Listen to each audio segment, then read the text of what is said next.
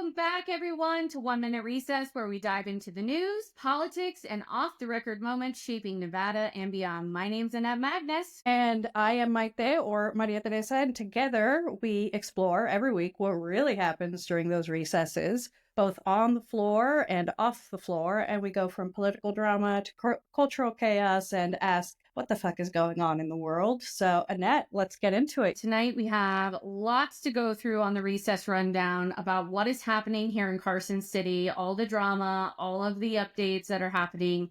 Bills are starting to move quickly now. And we also have some of my very favorite people that I get to work with every single day on tonight. I'm so thrilled to introduce my friends and my colleagues, Kate Cotter, who is the executive director of the Nevada Coalition for Psychedelic Medicine, and Sierra Psychedelic Society, and then Blair Zika, who does all of our social media. She's our social media goddess. And they together, along with many other people, work with me to move some legislation this session on psychedelic medicine. So, Maria, I'm going to turn it over to you to conduct this interview because I get to do this every day. And I want you to learn some new stuff tonight on one of my very favorite topics that saved my life. And we get to get to that in a little bit too. So Maria, take it away. Yes, thank you, Annette, and welcome Blair and Kate. So I'm going to kick things off right away and ask, what the heck do you do? And what is NCPM that people might hear about if they tune into certain hearings? Well, first of all, thank you so much for having us on. It's a delight to be here. And to answer your question, Nevada Coalition for Psychedelic Medicines is a 1C4 nonprofit advocacy organization, and we champion the legalization of psychedelic-assisted therapy, along with the reduction of penalties. And we do this through collaboration, advocacy, education, and cultural change. And Kate, tell us a little bit about starting NCPM and the journey you went through, because I know what it's like to be an executive director of an organization. Maria knows what it's like to be the deputy director of an organization. It's really hard work. So tell us about your kind of day-to-day and what got you started as an executive director and how you started these orgs. That's an excellent question. So initially, several years back, I had been talking with some legislators, trying to see who might be interested in introducing some legislation. And they had asked if we could get the community to back them up. And so I took the liberty of saying yes, and then promptly reactivated an idea to start Sierra Psychedelic Society, because there are psychedelic societies all over the world. And so initially, when we started growing Sierra Psychedelic Society, it was to mobilize grassroots support and to provide education and to build community, which is still our primary mission. But when we incorporated as a 501c3, as you both know, you're restricted when it comes to lobbying. So around that time in February 2023 for the last session, SB 242 had been introduced, and we really wanted to support our legislators throughout that process. And so I had the great fortune of meeting John Dalton, who is a retired SEAL, and he's now our president, and another friend of ours, Bruno Moya, who is a Marine veteran and a licensed social worker. And so we founded NCPM at that time to start advocating and helping to get that bill passed. And proud to say that it passed with a landslide. It established a psychedelic medicines working group, and it passed 16-4, I think, on the Senate floor, 40-0 on the Assembly floor. And there's a whole working group report that came out and more to say on that, but I'll pause there to see if there are more questions. That's amazing. And yeah, running an organization is really hard. It's not easy. So tell us a little bit, before we go, I want to know about what this is, especially for people that are like, what the heck even is this? What are psychedelics and what is the science behind the medicine? And how would you tell a complete noob that has no idea what this is and how it works? This is one of my favorite things to talk about. You know, I was very late to the game on the psychedelics. I was very straight-laced and totally drank the Kool-Aid about them frying my brain and scrambling my chromosomes. So I have deep empathy for anyone that is resistant to this. But it turns out that psychedelics, and there are a number of them, they're classified differently. The classic psychedelics like psilocybin and some of the other, they're called tryptamines, have a remarkable ability because their molecular structure is nearly identical to serotonin. And so they're able to fit like a lock and a key into certain serotonin receptors, namely one called the 5-HT2A, which allows it to modulate that receptor and results in a very high degree of neuroplasticity. Neuroplasticity itself is neither positive or negative, but what it does is it allows us to relax those neural grooves that can be very deeply rutted and repattern. It simultaneously also downregulates activity in the default mode network. And this is the area of the brain that is responsible for mind wandering and daydreaming and thinking to the past and projecting to the future. Metacognition, which is thinking about thinking, self-referential thinking, rumination. It tends to be overactive in conditions like depression and anxiety and addiction, so on and so forth. And so these substances like psilocybin, particularly the natural compounds, have a very, like their toxicity is very low. They're one of the safest substances when used with proper guidance that you can have. They also tend to be anti-inflammatory and neuroprotective. And so we have this really remarkable opportunity with various psychedelics to treat a variety of conditions. The history is very interesting as well. I'm going to stop for a moment and see if Claire has anything to add to that. No, it's a beautiful depiction of what we're looking at from, to echo what was shared earlier. These medicines are ancient in their use and in their technology. And the fact that in the West, we are starting to really come around, well, in North America, really coming around to using these medicines in healing capacities and in therapeutic capacities is really restructuring the way that we relate to ourselves and relate to our communities. And personally, I have had incredible success engaging psilocybin on a microdose level that has really had a profound impact on the symptoms that I have with MS. And that journey began in 2022. I now see research coming out around Parkinson's, multiple sclerosis, specifically with ibogaine, but also with psilocybin. And that's just, it's a testament to the brilliance of these medicines. And that long before there were pharmacies, Mother Earth had her pharmacy, and she's been supporting us and nurturing us and caring for us for time and millennia. And don't get me wrong, if I have a broken leg, I'm going to go to the doctor and get a cast and perhaps some medicine to support that experience. But when it comes to profound healing, PTSD, depression, shock, all of these different ailments that we experience as humans, this gentle, loving, nurturing medicine has a profound shift in how we relate to our past experiences and then show up in the present moment. Kate, That's amazing. would you share the example of the snow globe? It's always my favorite. I always make Kate do this because it's my favorite thing, because I think this medicine has been so transformative for my life. And it just is such an important visual, I think, for people who maybe don't understand what we're talking about when it comes to the brain. It's a brilliant metaphor. Thank you for reminding me of that. So Michael Pollan writes about this too in How to Change Your Mind, but he uses the analogy of a snow-covered hill. So if you imagine a snow-covered hill and a sled goes down, another sled, another one, they start to magnetically be pulled into those pre-laid tracks. And this is emblematic of how our neural grooves work in our brain. And so over time, they get more and more deeply reinforced and rutted.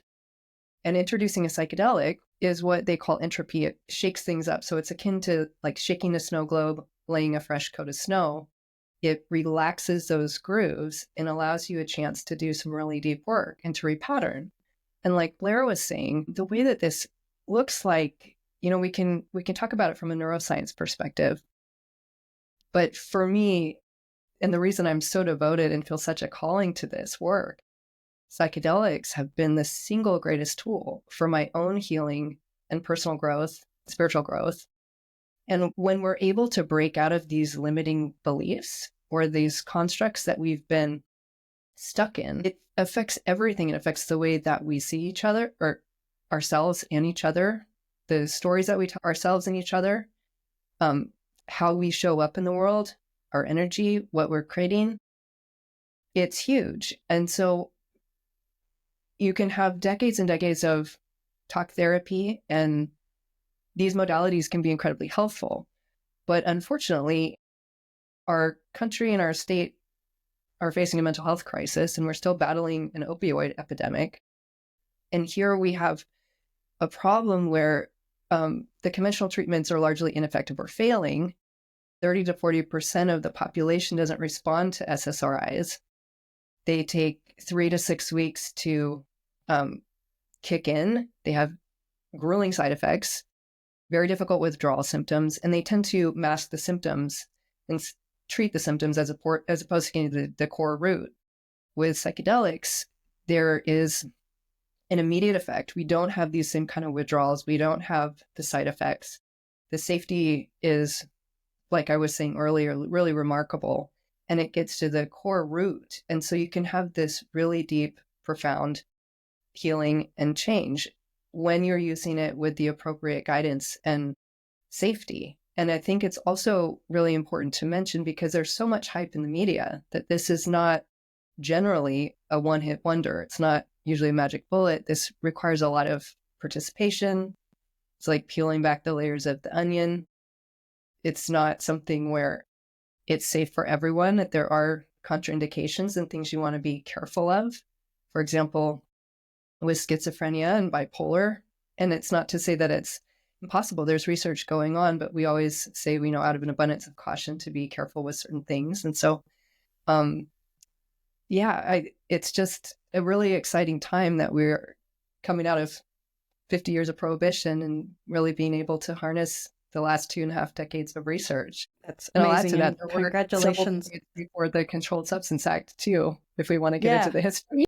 Yeah, I would love to hear more about the history, because we were talking a little bit offline, especially on the difference between the US and Latin America. And I've heard a lot about all different types of medicines, because I was born in Mexico and I lived in Mexico. And I know of, like, you can go to the curanderos or the markets and you can get the herbs, you can get different things for different ailments. And so before we get into that, tell me, I want to hear from both of you, what is it that got you into this work in the first place? You seem very dedicated, devoted.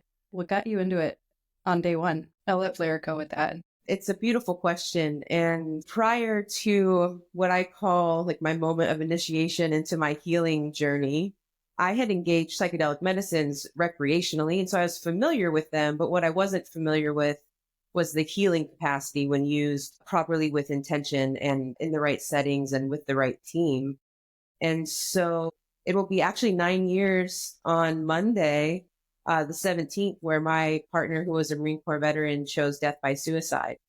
And that moment set into motion a profound healing journey for myself, as well as a deep sense of purpose to show up to the dialogue of mental health for our veterans.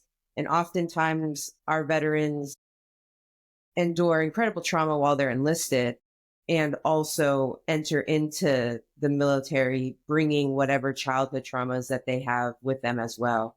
So these complexities are just built upon the other. And then when they are no longer active duty, they return home with a complex set of mental health concerns and serious significant trauma. And the support has not been there in the way that it should be. And so I knew that I wanted to show up in support of that. And that was in 2016. And then fast forward to 2021. In that time, I had done an incredible amount of healing for my own experience. And in that, dove into many different spiritual arts, and am so grateful to have that depth of perception and the understanding on how healing works on an energetic level, on a mental level, physical level, and all of that. And so then when I met Kate with Sierra Psychedelic Society, I was incredibly intrigued by what she was doing. And at the very first integration circle that I was a part of, I knew that that was something that I wanted to take a deeper role in, and just struck up the conversation with Kate and was able to support Sierra Psychedelic Society. And as we introduced the bill in 2023, SB 242, the opportunity presented itself to really support from a community engagement level. And so I kind of took the reins and ran with that with Kate's permission and blessing. And we packed that Senate hearing room the day that March 23rd, 2023. And not only did we pack the Senate hearing room, we packed the overflow room. Las Vegas was full. I believe that there was a virtual waiting room happening as well. And just to see the community support really re-inspired me in ways that I didn't have access to before, to show up in advocacy for the healing of all people. And it's just been one epic ride ever since, and incredibly hopeful for tomorrow's hearing, as well as for the bill that we've just introduced into the assembly. So all really beautiful things. And it speaks to the brilliance of this medicine and the ability that we are reminded of to reclaim our experience and to recalibrate spaces within ourselves so that we can show up in the world as vibrant, unapologetic, incredible people and coexist in a way that had felt so distant before. When it comes to psychedelic medicines, especially what we're doing on a legislative level, to have the bipartisan support that we've had speaks to the truth that mental health impacts every single human that walks on this earth plane. And while someone may not be drawn to work with psychedelic medicines, someone that they love and care for very well maybe. And to be able to educate our communities and to bring psychedelic medicines back into this narrative of loving, harmonious, healing medicine that they are, is going to be a game changer for our communities, because we do see the evidence of what happens when people engage these therapies with intention and with teams that are there to support them. Every time, I'm sorry, I get a little emotional. Every time that someone shares a story about their own healing experience through these medicines, it also heals a bit deeper part of myself, knowing that if these medicines had been accessible in the way that they are now, perhaps Eric would still be in his earth body and thriving, like so many veterans are that have chosen to do this healing route. And I just couldn't say enough about it. Probably you're going to have to cut me off at some point on the recording, because I could just keep going. But it's up to you guys. I'll leave that up to you. You can talk as long as you want. You're always welcome here. Also, Maria's been hearing me talk about this now for what? Since when? A year ago? When they were my first client, and I was like, holy shit, this is the best thing that's ever happened to me. I feel like I manifested it and like You did. watched the documentary of How to Change Your Mind, which for newbies, that's a great place to start. And I told Nick, my husband at the time, I was like, gotta figure out a way to get involved with this. This is the greatest thing ever. And I was determined to also be able to use the medicine for my mental health, because a lot of people don't know I have suffered with severe anxiety and depression my entire life since I was a little kid. And it's gotten worse as I've gotten older. Probably didn't choose the smartest profession with this. Maria knows, because she also suffers from this too. And so I was on Lexapro forever and decided to come off of it over the summer so I could do my first journey as well. And it's changed my life. I reconnected with my parents. My husband did one as well. He just reconnected with his parents. It went incredibly well, better than I could ever have expected. His dad told him he was more of a man than he could have ever been to reach out to him. And that was such a profound thing for his father to say to him. And it's credited all because of the medicine. It's changed our lives. And that's why I am so honored to be a part of this team. It's changed the way I function. And Marie can attest to it. She knows what a nut job I am. But I think what's also Now you're a peach. Even a Kinko's laughing back here. The medicine is brilliant and it has a powerful impact on us. And in my experience, what I have found is within the medicine space, there's this remembering and this guidance that comes through on how we then take these wisdom teachings that come through and implement them into our daily life going forward. And so they have a beautiful way of informing our potential outcomes as we go forward, but it does require us to actively engage the deeper work that does come up. And that's why I think, go ahead. One of the things, Blair, that I always get questions on, and Kate, you've probably got these questions too. Well, aren't you scared when you're using the medicine? Isn't it crazy?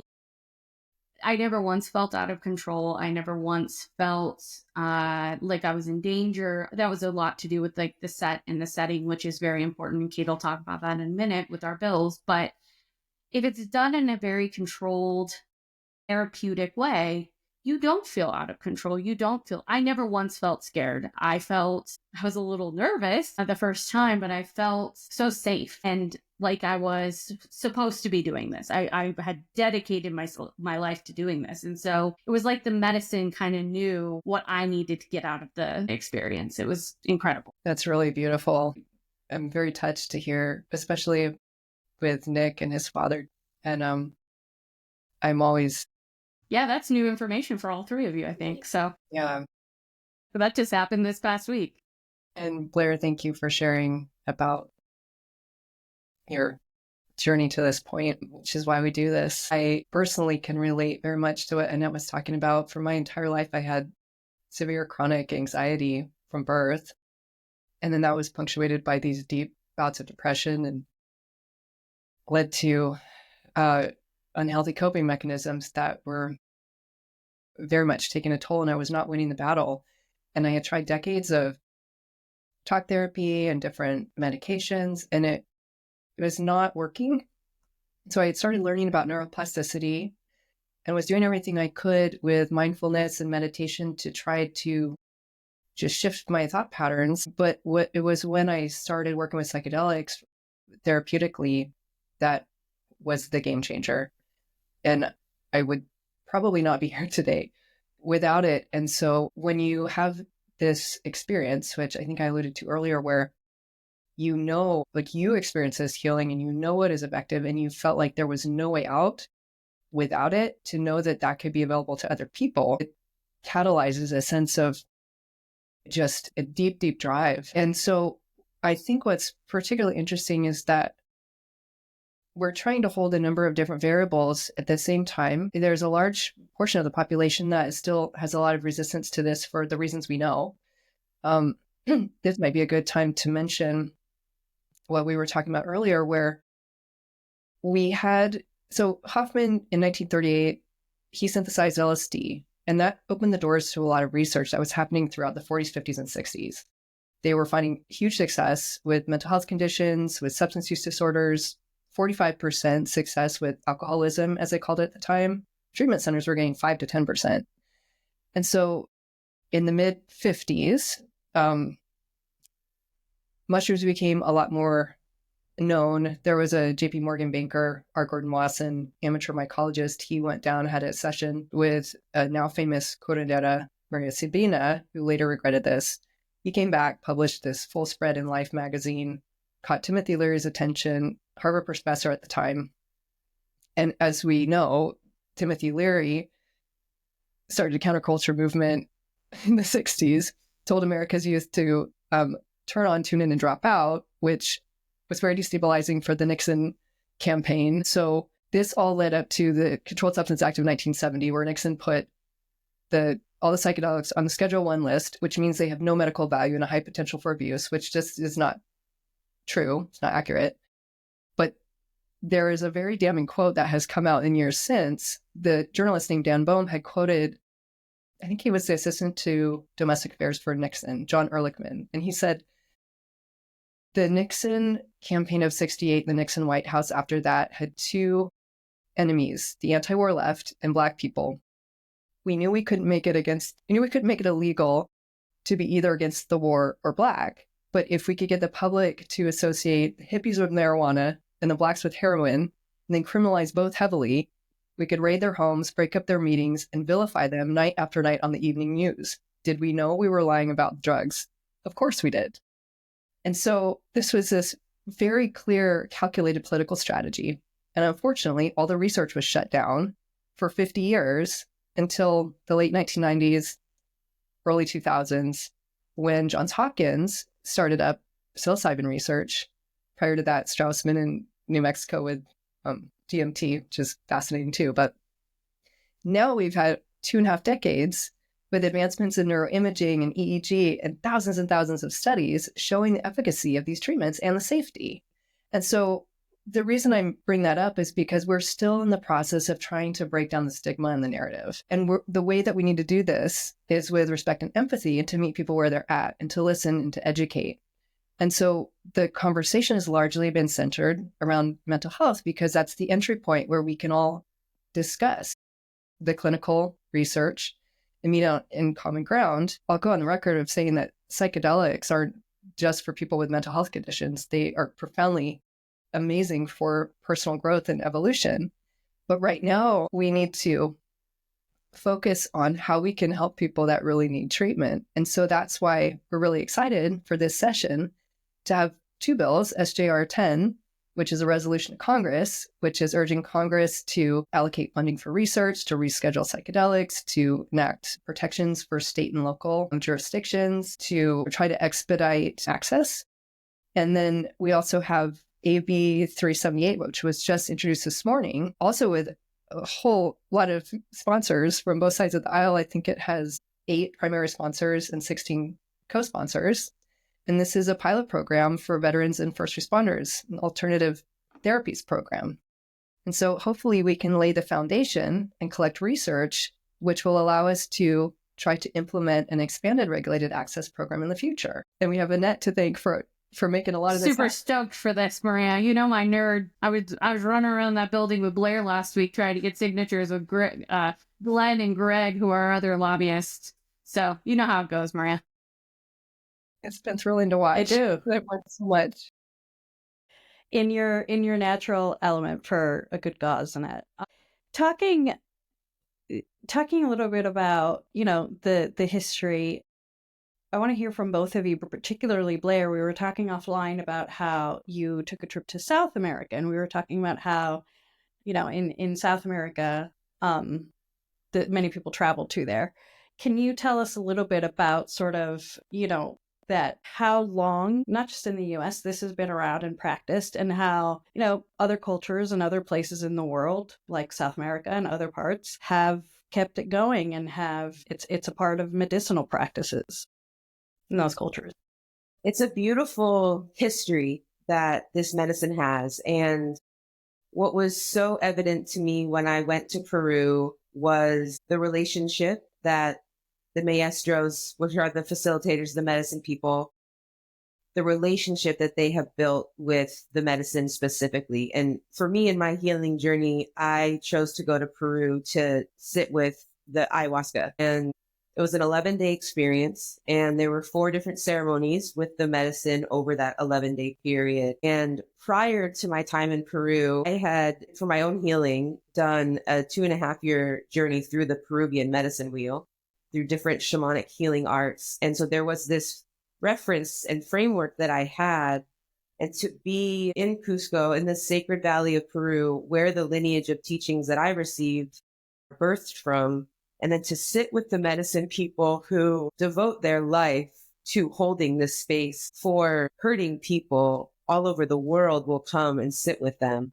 And the way that they allow themselves to, what it felt like for me when I was there, there's an experience where they sing the Icaros, and it's a song that they sing over a fellow traveler who is there for healing experiences. And so as they're singing this song, I could feel the pain and the grief and the shock and the sorrow exiting the body. And you can feel them take that on, and then they allow it to move through themselves and give it back to the earth that is the great regenerator of all energies, and transmuting it back to love.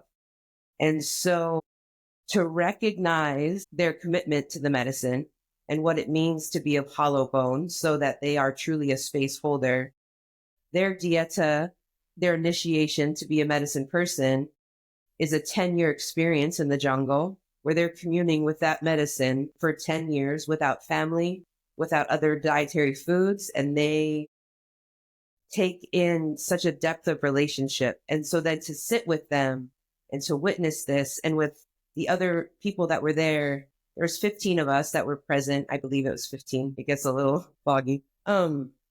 We each had our own individual profound experience, but there was so much so that they take a before photo and an after photo, because there's this after journey glow that comes through, much like Annette's glow today, looking very glowy and beautiful. But there's just this deep sense of trust that my only responsibility at that moment was to soften and open and to allow the medicine to inform what the journey was going to be like.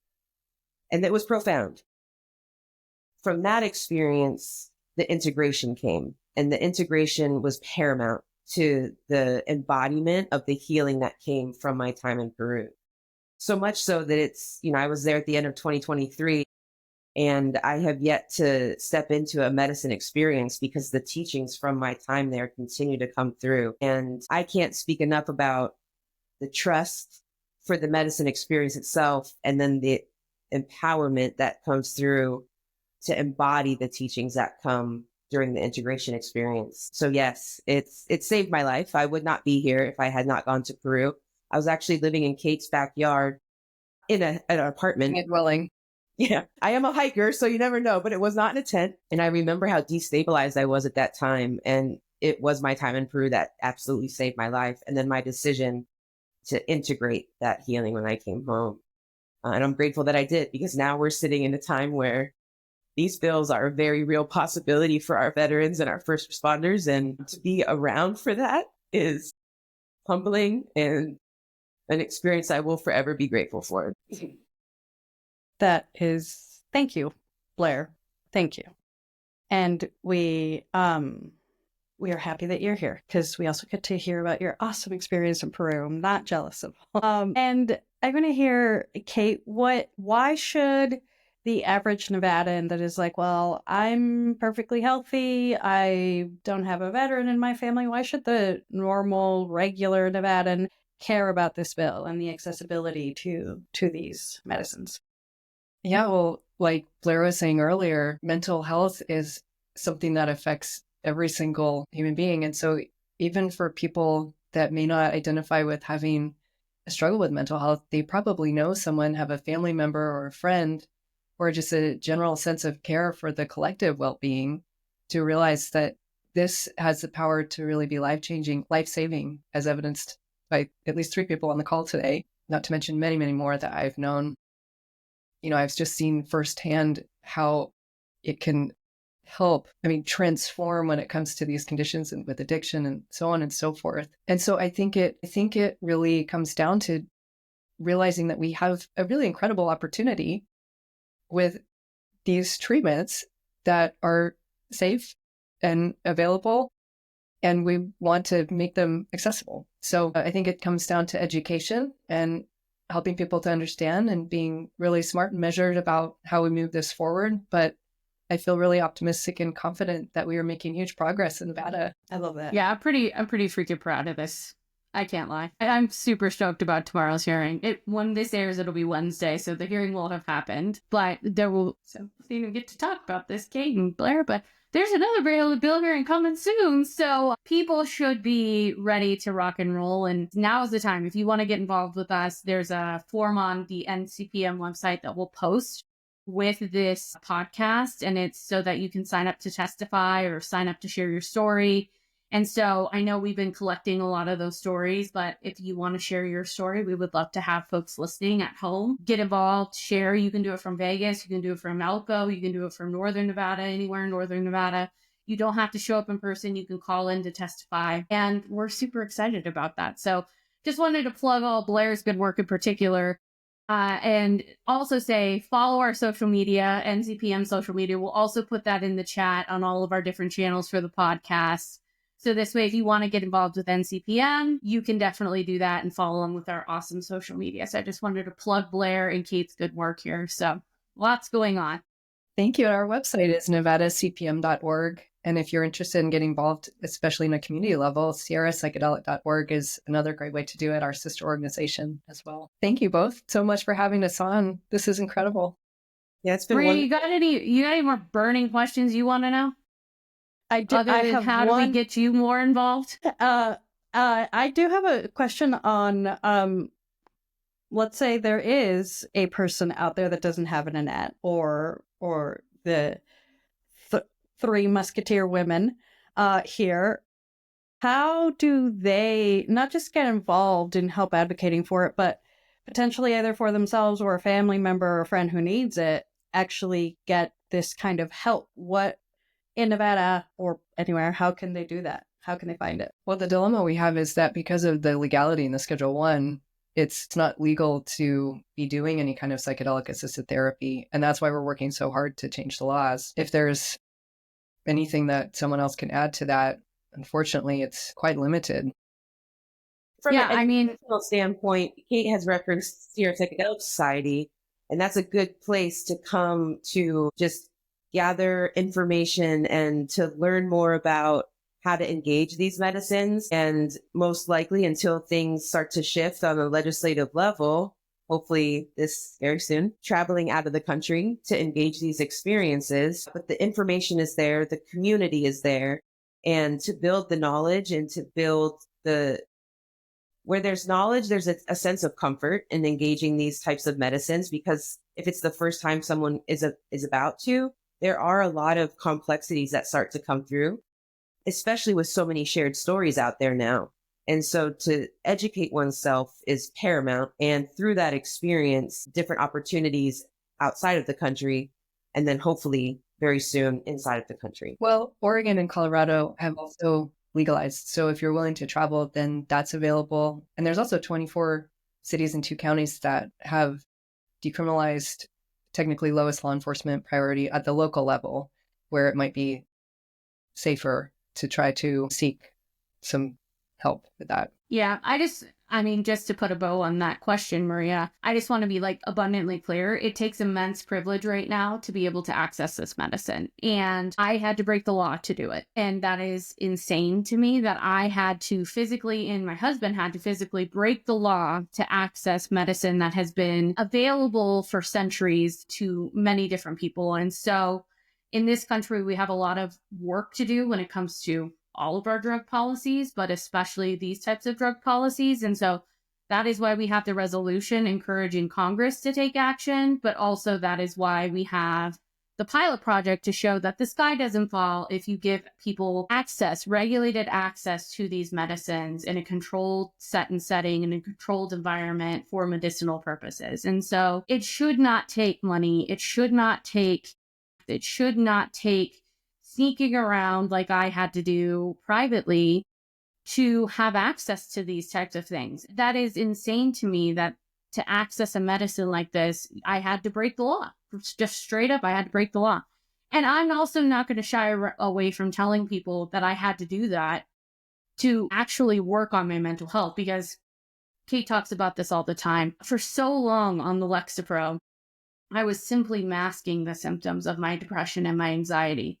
And when I came off that Lexapro, I was struggling. I told Nick at one point, Maria, like, it's either this or I'm going back on the Lexapro or something bad's going to happen. Like, I was that close but on the Lexapro, I was completely numb all the time. I just felt numb to everything. I didn't cry, I didn't laugh.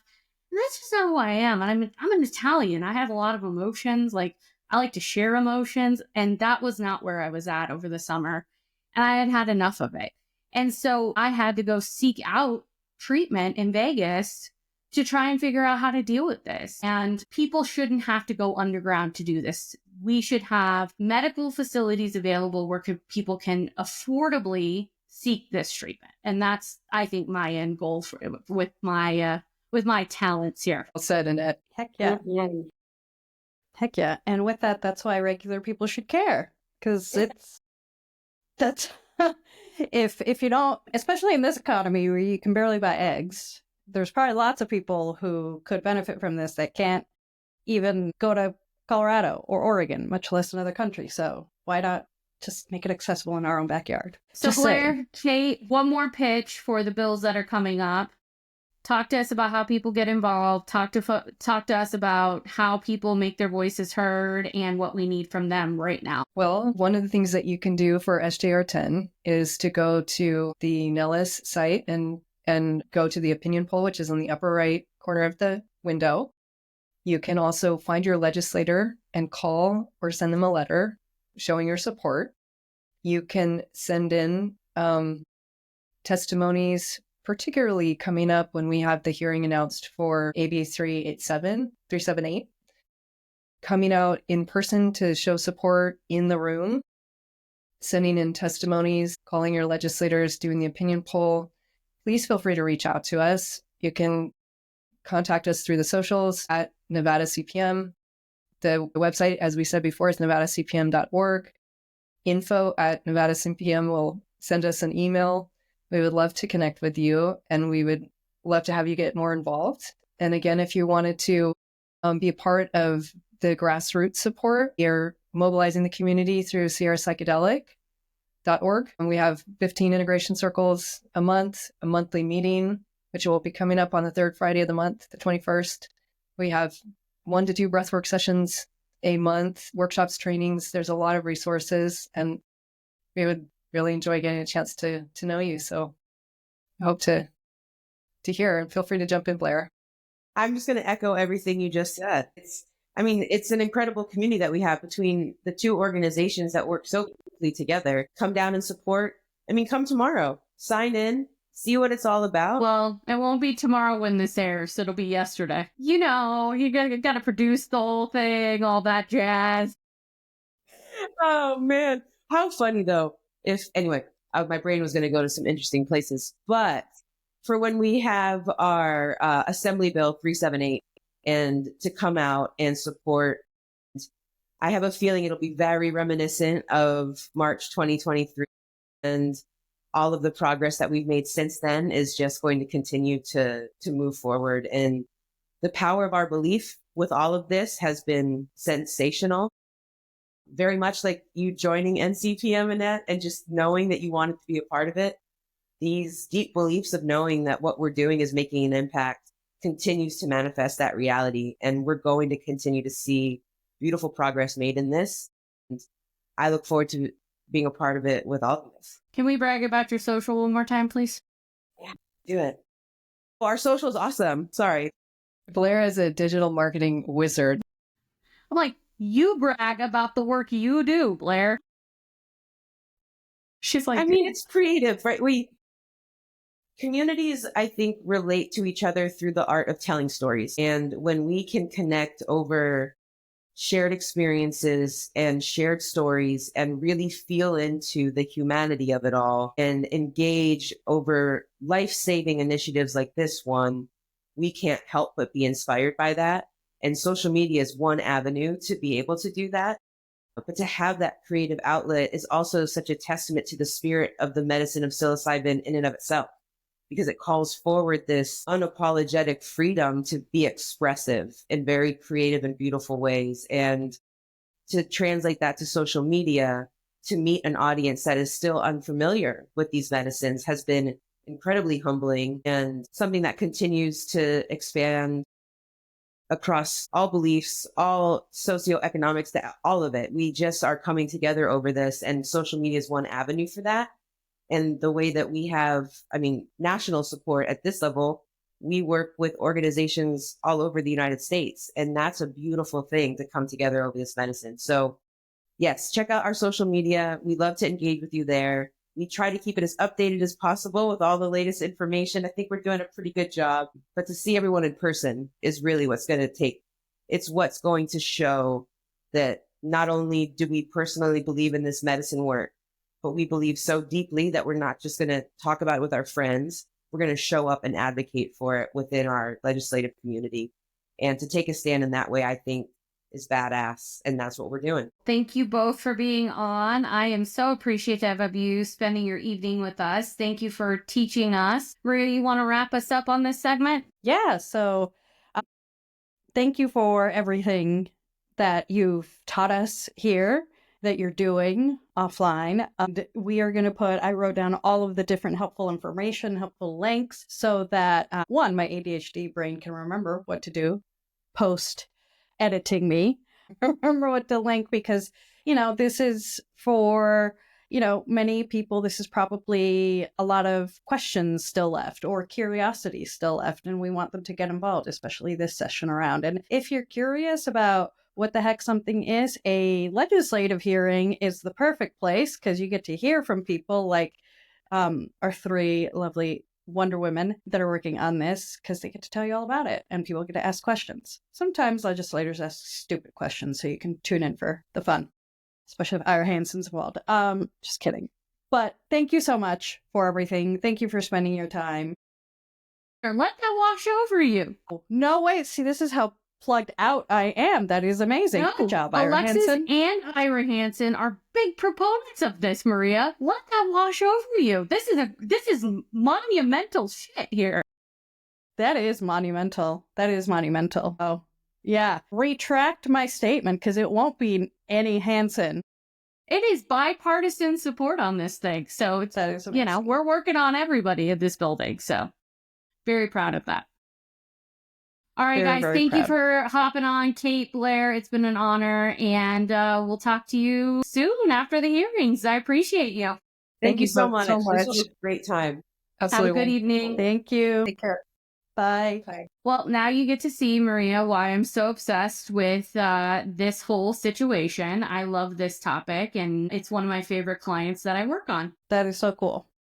That is so cool. And congrats on being able to work on such a cool Well, I mean, thing. it was one of my first clients and just an amazing opportunity. So I'm really, really thankful for getting to work on this. So, Maria, do you want to take us into our next? Oh, we have more bills to talk about, I guess, huh? Yeah. We just focused Busy on week. one thing. I know. Well, it's Children's Advocacy Week this week. That's why Akiko's up here. For everybody who's wondering Hi, why Akiko. Akiko's lingering in the background with Akiko wave. She's watching Housewives while I do the podcast with Maria. So Akiko's back here. She's lobbying with me this week in the building. So she's up here.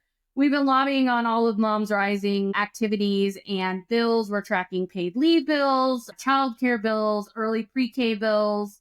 So lots going on with that. There's an awesome bill coming up this week that is a part 2 to Assemblymember Yui Wynn's financial literacy bill.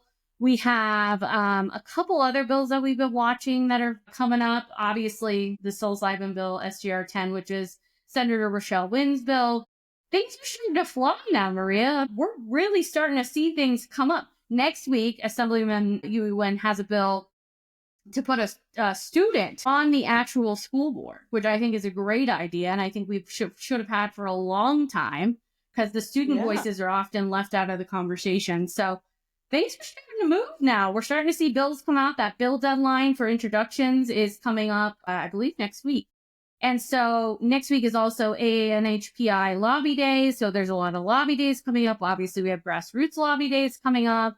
So now is a great time for everyone to get involved with the legislative session because bills are starting to move. So that's my pitch. And you don't want to catch up in like April or May on what the heck happened to something you cared about. Get involved now.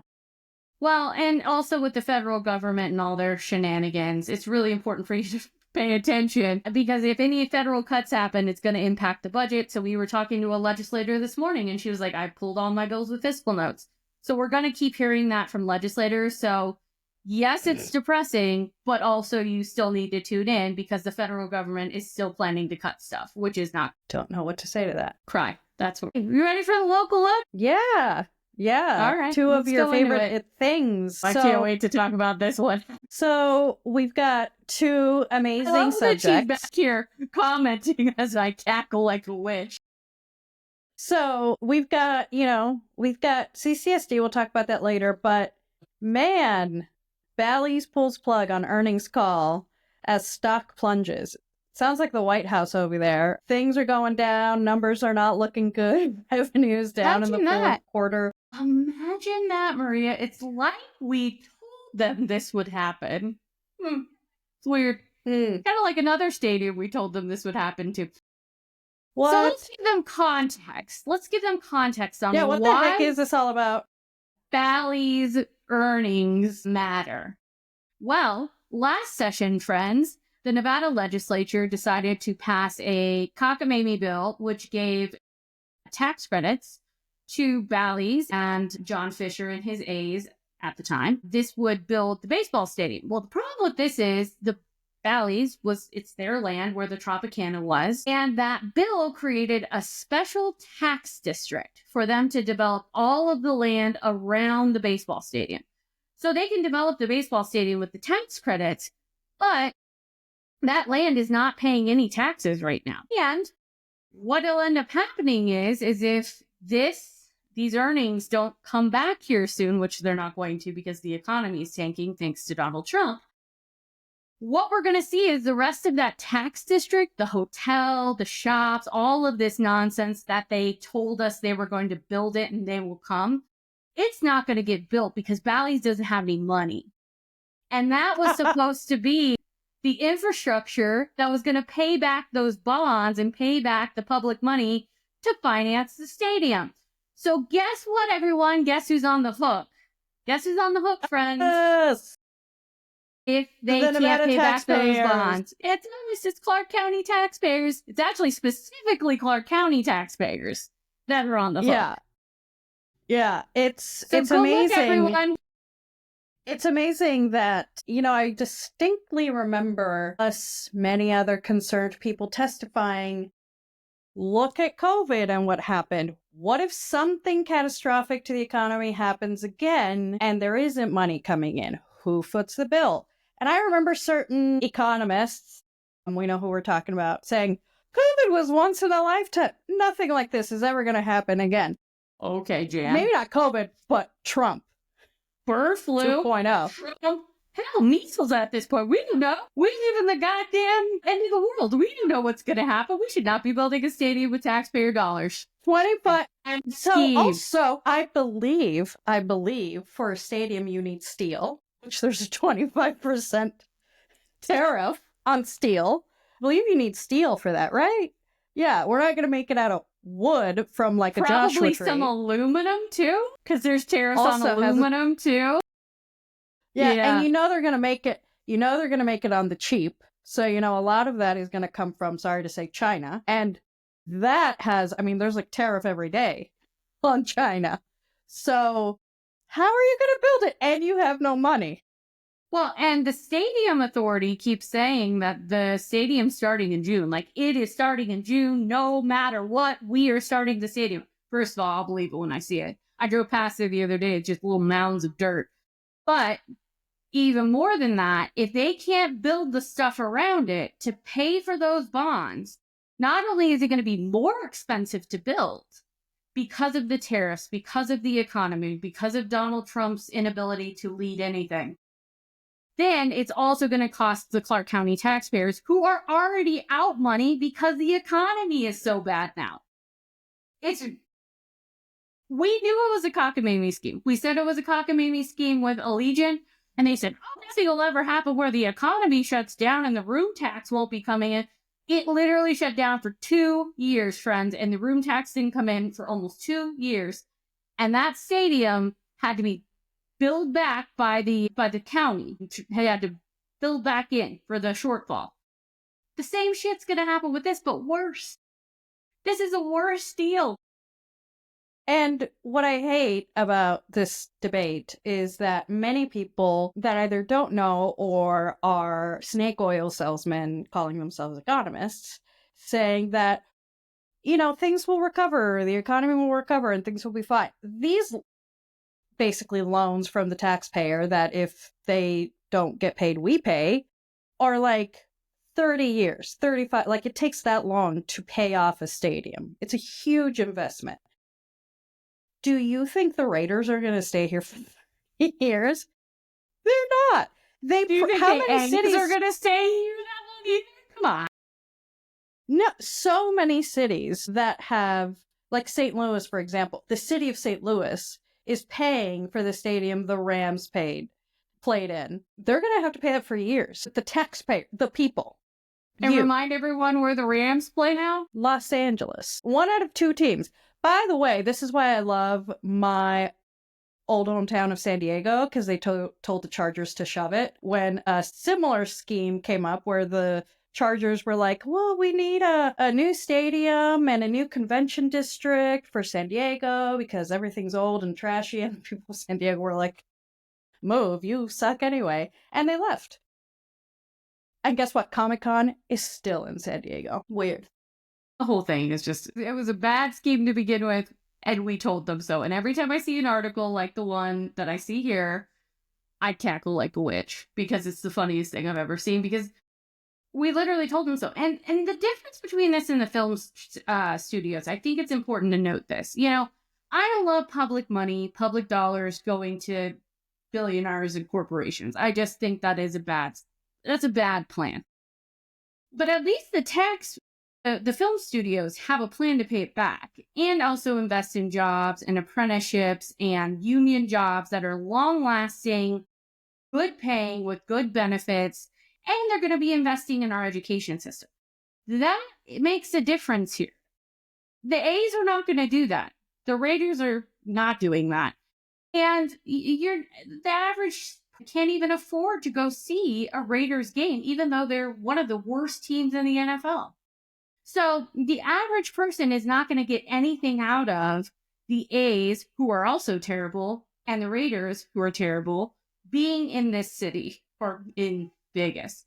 And so that is the important thing about this is like they're very different scenarios and they're doing very different things with our tax dollars. And I just think like if you're going to invest, at least the film tax credit, like we get something out of it long term and we get long term jobs. That'll help the economy. Yeah. And a lot of those jobs, I understand construction jobs, and those are important too. Those will also come with the film tax credit, plus pretty high tech jobs that are easily transferable in a very tech economy, which is what the country is going for. And it helps diversify the skills available in Nevada. Like you want people that can go to the trades. You also want people that can, take a more tech type job. Sounds like there's more variety with one than the other. Absolutely. All right, let's talk about this finalist for the CCSD job. So the public apparently gets to ask some questions, which is good. I'm glad that they're sort of letting us into the mix. You want to talk about this one? Yeah, so by the time that folks will see this, there will have been a sort of town hall session interview with the finalists that we have been talking about, Joni Ebert and Ben Schuldiner and Jesse Welsh. I hope I said all those right. And those are the 3 finalists, and we'll probably post a link to how that went. I guess my call to action is if you care. We know how the last superintendent of CCSD screwed over the entire everything.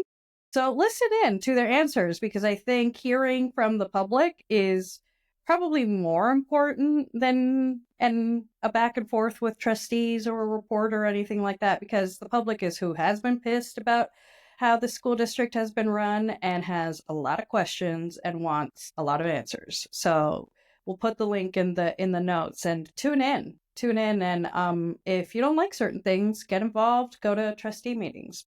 Marie and I don't have kids and we still pay attention to the school board, for better or for worse, because we don't want stupid people roaming the streets. We want our kids to be educated. So we can all do better. Tune into the school board meeting this week that is going to be interviewing these candidates, because it takes all of us to hold them accountable. It's a special session. The expert. Yeah. 1865, no racism in schools is right behind me. She'll be tuning in, I'm sure. So, from Carson City. All right. Hell yeah. Let's go on to WTF is going on in the world, because it's not a week without some sort of chaos to talk about. Fuck? So, Maria, what's going on in the world this week? So before we go into the bullshit, I would love to shout out all the women of the world that on March 8th turned out to march, especially in countries like those that I work in, Honduras, Argentina, which it's not as easy as the US to go out and march. I mean, now it's not as easy as it used to be, but it's much harder there and much more violent for women. And they showed up and showed out to fight for their rights they don't have, fight for the rights that they're barely clinging on to. Also Mexico City, France, women all over the world, Spain, Italy, everywhere they showed up and showed out. And I think, there have been a lot of people that have been, whether it's this or Ukraine or any other protest about anything, the Musk protests at Tesla, like the news doesn't talk about enough about how people are responding. They talk a lot about how douchebag on ketamine Musk said this and Captain Orange said that, but we haven't heard as much about people and what they're actually doing. And a lot is happening, and the world is sort of taking things into their own hands. Women are definitely taking things into their own hands. So just a shout out to all of those women that were like, fuck the patriarchy, we're still here, we're not going anywhere. And to all the people who voted for Donald Trump, specifically women, maybe you should think about that. That's all I gotta say. Or what Maria just said. So speaking of Donald Trump, in this week's asinine news, let's talk about the trade war, Maria, because it just keeps escalating, getting better and better. But yet, shockingly, or not shockingly, Donald Trump keeps backtracking because the economy is going to go to hell in a handbasket if this really happens. Now he's talking about putting duties on milk products. He's talking about adding tariffs to Russia, which he's never going to do that to Daddy Putin. That's just a show. So let's get into like why he keeps backtracking and I think losing the trade war because he's an idiot. And by the way, everyone, duty is another fancy word for a tax. Anything that is not the price of what you're paying for is a tax. A fee is technically, like, they're all synonyms of I'm paying more shit for one thing. So I thought Republicans were against taxes, but here we are. Yeah, in the latest, we have like, I don't know, 1 million more tariffs that, were proposed and then went back and then proposed and then went back. And, President Sheinbaum in Mexico was like, fuck you. And like on March 8th had a giant showing and protest and event in Mexico City and was like, Mexico will still be here without you. It's amazing. It's amazing how he pretends to be strong, especially when it comes to like Canada and Mexico, but then Canada and Mexico is fighting back. There is a video of a Canadian goose fighting a bald eagle, and I'm like, that is a testament. It encapsulates exactly what's going on between our two countries, except for I'm voting for the goose at this point. Mm-hmm.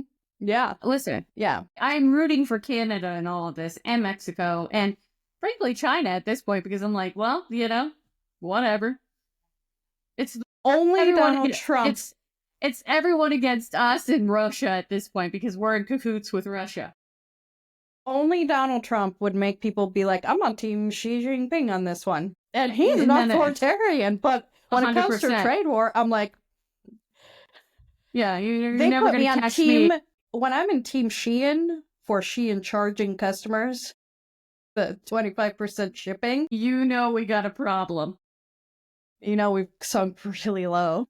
So speaking of sinking really low, now NATO is calling on the allies to expand troop presence on the Russian border because I think, and that what this all meant last week, the show against Zelensky in the White House, because it was all a show and it was a setup. Now Zelensky's trying to apologize. I'm like, bro, you have nothing to apologize for. I'm sorry that our orange demon did that to you. Ukraine is the gateway to the rest of Europe and frankly the rest of the world for Russia. And people don't understand that. Like, they're literally holding them back. Ukrainians do not want to be Russian. They have fought the Russians for eons because they are not Russian. Literally. They want to be their own sovereign country, and Russia has invaded a sovereign country. Go on, Maria. Well, yeah, it is disgusting to see that we and I don't mean we as in the people, but like we as the country of the United States are on this side of something. When you think back to the Cold War, which never ended, we weren't fans of Russia. We were very weary of Russia. And now all of a sudden, we are best friends with Russia. It's us and Russia, us and Zaddy Putin for Trump. And again, for the people who don't care about this, a lot of the food prices, especially like right after COVID 2022, had to do with Ukraine. Because Ukraine, what a lot of people don't know, is it produces a fuck ton of food. It's like one of the richest soils in the world. It has a fuck ton of minerals. It has a fuck ton of wheat, of sunflowers, of like everything. It's just, it gives and gives and gives. It's why the Soviet Union decided to strip it of everything and not give them the wheat that grew out of it. And so, that the invasion from Russia to Ukraine also help tank the global economy, especially food economy, because if you look at Ukraine in a map, it's the entry to Europe, it's the entry to the Middle East for parts of Europe and parts of Asia, because you have the Black Sea underneath, and then you have the Middle East. It's funny, I think there's a saying from Russia, and I might be getting this wrong, but it has to do with Africa. It says, Africa begins in Ukraine. Because it's literally, I know, it's the Russians being racist as fuck. But it also means like that it's in the center of the world. It's in the center of everything. And so this is really scary. I think, the one who's playing World War III is not Zelensky. It is Trump, because a war in Europe, a third one, will severely damage a lot of things. And it might not just be Europe, and it might not be Europe. It might be Asia. It might be between Japan, China, Philippines. Like, there's a lot of ifs because everybody Taiwan. hates Russia. Yeah, Taiwan. This is what they're looking at. They're looking at what we're doing, what we're saying, and it doesn't bode well for the world. I mean, the fact that various European heads of state were like, Europeans need to prepare for things to get worse. And we might need to, I don't know, divide up some nuclear weapons among us, which is also another discussion, because why should only one country in Europe have nuclear weapons? That's beside the point. On really quickly, there's a couple headlines that I just want to read. The first one is that Elon Musk went after Mark Kelly today. Yeah. Astronaut and a veteran. Talk to us about how rich that is, coming from a spoiled rich man who had everything given to him by his parents, who were doing mining in Africa. So going after Mark Kelly is rich for a egotistical man with a botched penis implant because of that. I don't think, it just says a lot about him. He is the tiny man in the room. I think he's on ketamine, but I think he should really get intense psychological help, because I don't think overdosing on ketamine is helping him. And he literally just called him a traitor for being in Ukraine and actually being on the spot. This man, who is now blaming Ukraine for Twitter being down, is sitting here blaming someone who went to space, which only in his wet dreams does Elon Musk wish he was in space, but he doesn't have the balls to do it. And that's the world we live in. And what's gross about the world we live in also is that people are fine with that. Like, people are fine with a veteran astronaut. Like, who hates astronauts? It takes a lot to hate an astronaut. You must be a really big asshole to hate an astronaut. He only hates him because he went to Ukraine and, still understands that Ukraine is one of our allies. Okay, a couple other headlines that I'm just going to blow through really quickly, and then you can react after. The United States was added Sunday to the Civicus Monitor watch list due to declining civil liberties, meaning that we are now added to a human rights watch list, as I told Akiko earlier, just now they added us. So that was rich.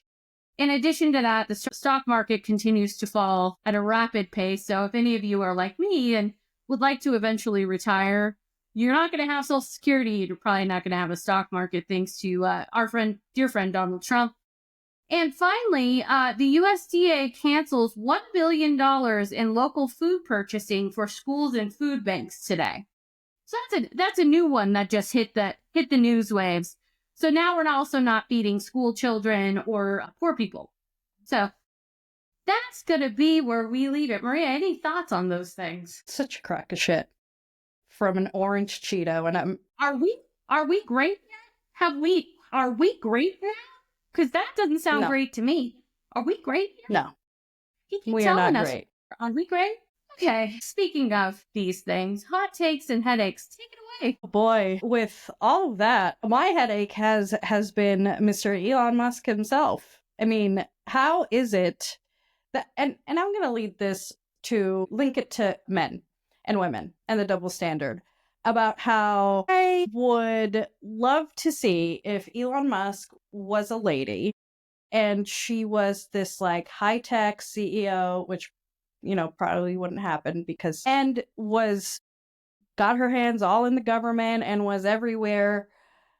the narrative around her would be like, she's spread too thin, she's trying too much, she's doing too much. But like with Elon, which is true that he's trying to get too much power, he's trying to get too much this. My hot take is we really have a double standard on many sides about how we see men and women. And also that I go back to last week, I still have the hot take that that our dear leader, not my dear leader, but other people's dear leader, Trump, is a Russian asset, Agent Krasnov. Like, he literally works for Russia, everyone. You did not hire someone who thinks on his own. He doesn't think, but he has a boss, and his name is Vladimir Putin. Here's my hot take for the week. The Democrats need to get their shit together. I did not watch the speech last week because I don't hate myself. But I did watch the highlights and the lowlights from Donald Trump's missive. And the Democrats should be, all of them, should be ashamed of themselves. They are pitiful. And they are not mounting the opposition that we need. They're not mounting the pushback that we need. They're acting like they've never been in a minority before. Listen, I know things are coming at us fast and furious. You know, things are flying at our face every day. Just flying at our face. Mount an opposition. I don't need Hakeem Jeffries out on a book tour. I need him there like Harry Reid would have done, mounting an opposition, a real opposition, figuring out our talking points, figuring out how to talk about these issues that Americans actually care about. This is why we continue to lose elections, and this is why we will continue to lose elections, is because the Democrats are not organized and they do not have a real opposition. And I will say, this is not just a Democrat problem. This is a progressive problem. This is a lefty problem. We need to get our shit together because we are going to continue to lose if we are not organized going into 2026. It's as simple as that. I've been stewing about it since the speech happened. What were these little signs? What little signs? Little Etch-a-Sketch signs?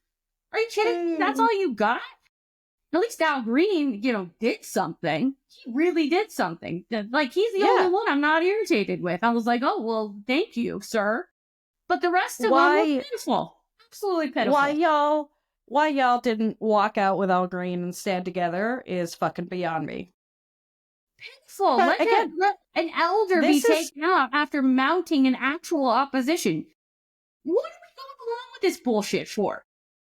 But this is also why people, many people are like, how did we lose the election? I think you lost the election because regular people that don't pay attention to fucking politics, see through the bullshit and see that, well, none of y'all do anything. So what's the difference? And, we can sit here and argue logically about what the difference is. But again, people that make decisions out there, y'all are just a bunch of snowflakes. You are. People see you as just little snowflakes that aren't doing anything.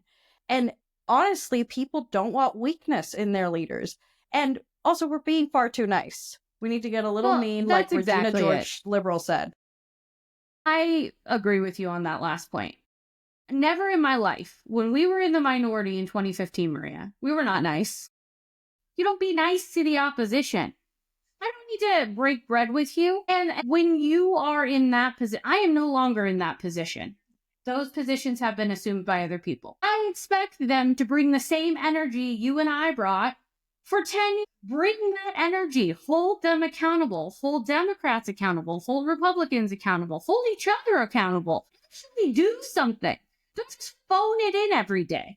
I've been mad about it since the speech happened, and I've just been holding on to this, waiting for this moment, because I'm actually pissed about it. And we're going to keep losing elections, and we're going to keep losing people, and they're going to move to nonpartisan because people don't want to be affiliated with this weakness. It's ridiculous. No, because guess what? People in their regular lives don't get to just sit there and not do anything. They have to go to work, jobs they don't like. Yeah. Stop making a video on the freaking internet and go do something. Anyways. Actually, something real. Literally. Do something real. Everyone, Democrats, please. Listen, at least AOC's holding town halls in her district. Like, go do something like that. Do something. I don't know. Mm-hmm. All right. I'm just going to keep getting more pissed off. The final bell. You ready for it? It was a Yeah. good episode today. It was great. Thank you for Yeah. indulging me at the beginning. I love that topic. So, Absolutely, Maria, you want to kick absolutely. us off? Yeah, so it's time for the final bell, your mic drop final moment of today. This conversation tired me. It started really high, awesome, and it just, like the country and the stock market, just went down low. So, Annette, what was your takeaway? What's your takeaway this week? Well, people need to get involved in the legislative session. I say this every week, but I mean it. It is like my sanity. It's where I go. It's my happy place. And good things are happening at the Nevada legislature right now. There are important things you need to be watching. There are things we need to be holding people accountable for. So when the federal government sucks, go to the NV ledge because good things are happening at the legislature. Yeah. I guess my takeaway for the week is do what everyone's grandparents told them and put cash under your mattress. Because it's all going south. And get Because some we chickens. don't know if the FDIC is going to exist here pretty quickly. Bank of America might go belly up. We don't know at this point. We'll be getting into 2 months. So we're going into 2 months, and that's out of 4 years, which is a lot. And so honestly, people should think about getting their finances in order in a way that is the safest for them, because the way the stock market is going, things are going, like, you might just want to have good old cash handy, because what does not go out of style? Cash and gold. We might even go to the part where we're just trading gold and silver and things to each other and goats. So just get ready for that. That's my takeaway. Buy livestock, have it at home. And with that depressing note, we'll be back next week. Thank you so much for joining us. Make sure that you like, subscribe, tune in, share this with your friends and family. Make sure they're tuning in every week. Make sure you're following us on social media. Follow us on all the different channels we have. We're on literally every channel known to man. And make sure you're sharing this to your stories too. That's a great way for people to tune in and get little snippets and clips. I just want to say thank you to everybody for tuning in every week. Thank you for enjoying this show. We're going to keep doing it. And hopefully you will keep sharing it so everybody can get more involved and get more engaged. Maria? Thank you. We'll be back next week with more bullshit, more drama, more breakdowns, and more commentary. So stay sharp, and we will see you next week. Have a great week, everyone. Talk to you soon. Bye, everyone. Bye.